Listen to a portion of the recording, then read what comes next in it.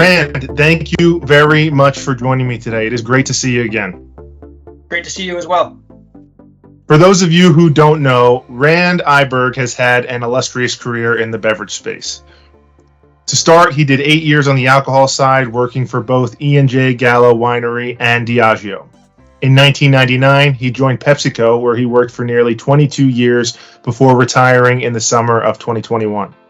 Last year, Rand came out of retirement to become a beverage consultant for Celsius Holdings, the brand that's been disrupting the energy drink sector with its unique blend of essential energy and key vitamins. Rand, to get started, that's quite a career that you've had. Could you take us through the journey and how you made it to where you are today? Yeah, well, thank you. I think the journey started for me actually just when I exited high school. And probably one of the best decisions I ever made was going into the U.S. Army to get my college paid for.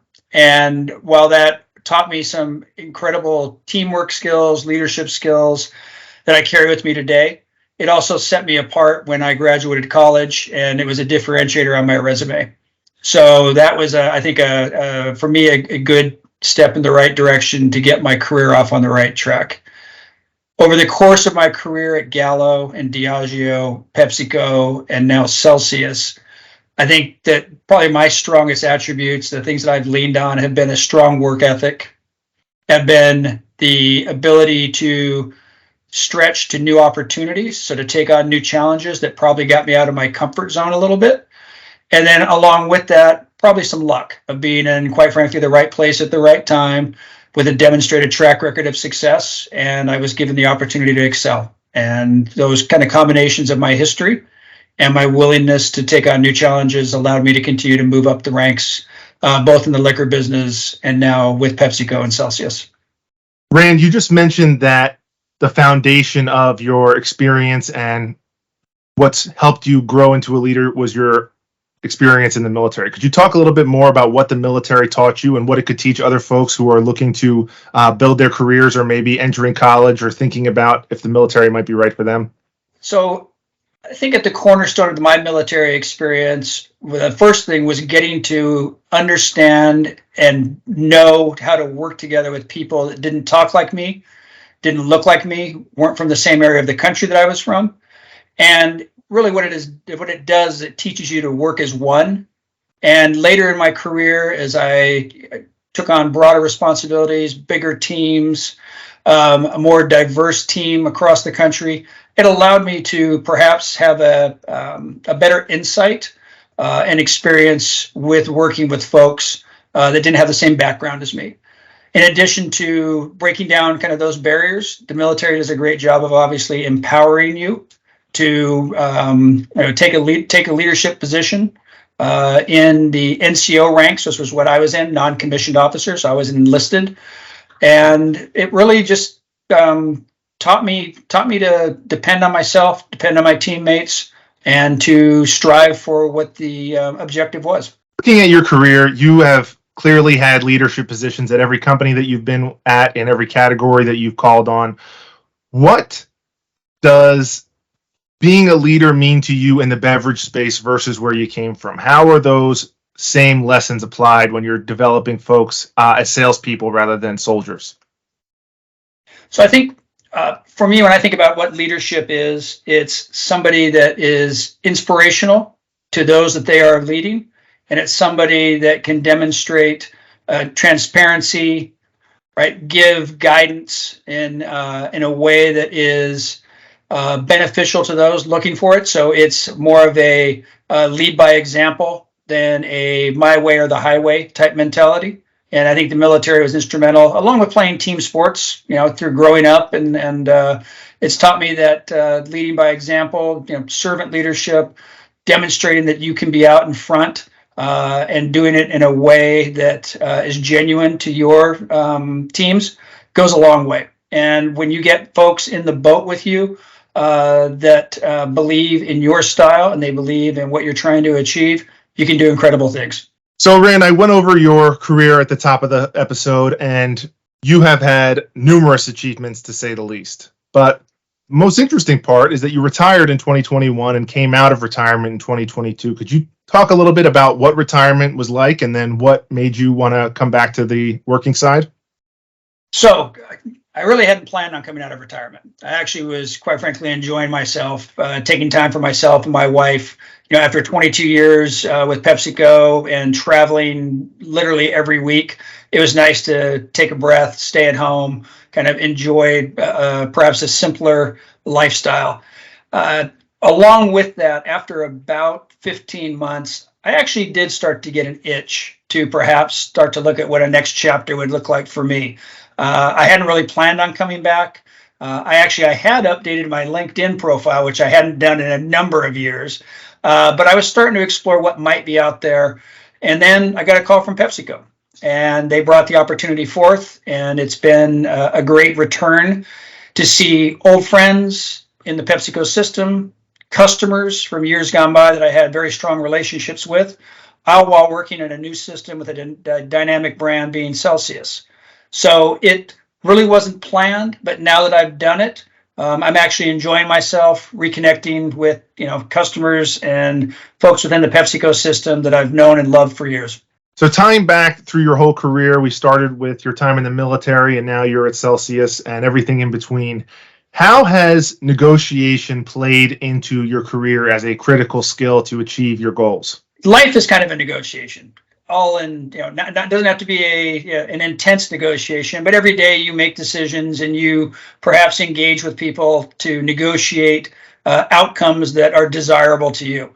So I can think about when I got out of the Army, I went and bought a Volkswagen for my car in college, and I didn't negotiate a deal at all. I literally wrote the guy a check for the car. And my dad was with me, and he just looked at me like, "What are you doing? You need to try to get a better deal out of this guy." So I'll always carry that one in my kind of heart of hearts of the negotiation, memorabilia, let's call it, for lack of a better term. Negotiation in business, in the beverage sector, is ongoing.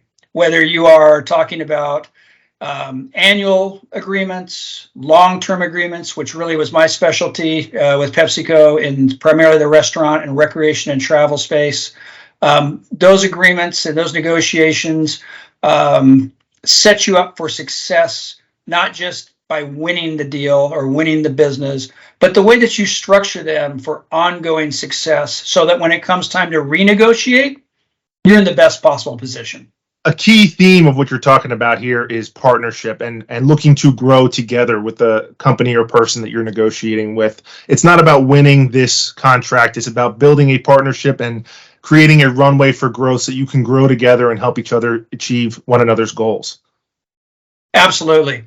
I think some of the most successful negotiations I was ever involved with have been ones where we took a holistic approach with what the customer is looking for. So in terms of not just pricing and product, but how are we going to market, not just this year, but in the long term with customers? How do we become more operationally efficient with their operation side as well? How do we work to meet the financial needs of both of us in terms of accounts receivables and payables and terms? So there's a lot that goes into this stuff. And if you're able to dial it up correctly, and come with a holistic package, it certainly sets the relationship up for success for the long term and in the short term as well. So throughout your career and throughout your negotiations, especially those long-term deals in the restaurant space, what would you say the toughest part about negotiation is? That's a great question. I think early in my career, I was taught in the sales process at Gallo Wines and their sales training program was to basically talk and then be quiet and get feedback. So don't just continue to sell. Get feedback, triangulate off of that, pivot off of that.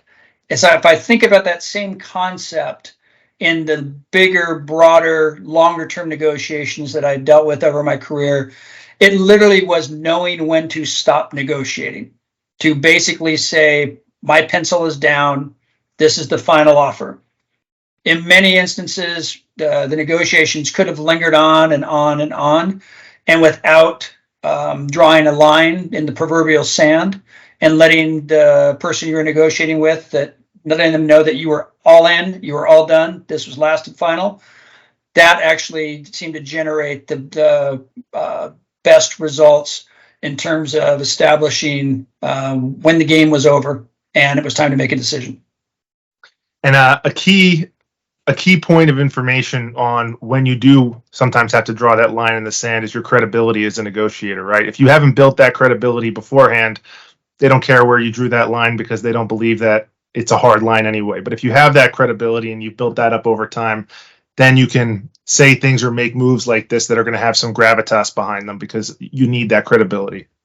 That's exactly right. And building that credibility in the beginning of a long-term relationship then becomes one of the building blocks of that relationship going forward. Rand, you've talked a lot about the experiences that you've had, your career, and some of the advice that's gotten you to where you are. I'd like to wrap up this podcast with one last question, asking what kind of advice would you give to young people that are either in school right now thinking about what they want to do or entering the workforce and might aspire to have a career similar to yours? I think building a resume of experiences goes a long way in both finding what makes you happy in your career and also putting you in the best possible position to grow your career. And I'll give you an example. I started off in sales, and over the course of my tenure at Gallo and then with Diageo, I was given the opportunity to move into a brand marketing role with Diageo. So I'd had a solid sales background, but I aspired to learn the marketing side of the business. And I was given basically an on-the-job training to do that. Further in my career with PepsiCo, I really realized that I wanted to become more of a general manager and lead large groups of people across a dynamic customer base. And I realized that I needed to understand finance and financial negotiations and the impact of decisions on the P&L. So in those three examples, I feel like I really rounded out kind of my career by getting parallel experiences in like organizations that support each other. You need sales, you obviously need marketing, and you need finance. Probably the one piece that I didn't pick up immediately was the operations side of things. So in a nutshell, I would encourage anybody that's listening to this podcast to gain as much experience as they can. Take some chances, right? If you're offered an opportunity that might stretch you or make you a little uncomfortable, accept that opportunity. Have confidence in yourself, because when you come out the other side, it's just going to make you a more well-rounded business professional. That is fantastic advice. I always try and tell young people to think of their career as a pyramid rather than a ladder. You need to go wide and build a solid base of experience if you're going to be able to move up and have a healthy career that is holistically rounded out rather than kind of plugged into one subject matter expert function. Yeah, I think that's great advice. Well, Rand, thank you very much for your time today. Really appreciate being able to reconnect with you. I think the last time I saw you, I was shaking your hand at a convention in Las Vegas a few years ago. So it was great catching up, and good luck. Great to see you as well. Thank you for the opportunity.